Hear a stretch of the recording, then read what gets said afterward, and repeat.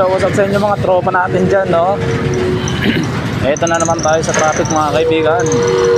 Biyaheng Tansa to Naik Pre, no? Ito ang ating update ngayon. So Webes ng umaga mga tropa. Ayan, no? Sobrang traffic mga kaibigan. At ito na nga, late na naman tayo nito sa trabaho. So may ginagawa kasing kalsada dito, ini-espalto kasi nila itong kalsada, kaya ganito, traffic. Ayun, no? Sobrang traffic. Kaya yung mga bumabiyahe ng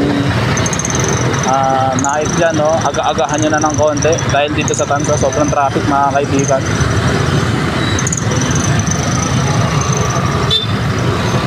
Oh, kabilaan yan, traffic mga pre. So yun, ang haba pa niya, no? So let's go. Tambay muna tayo dito sa traffic.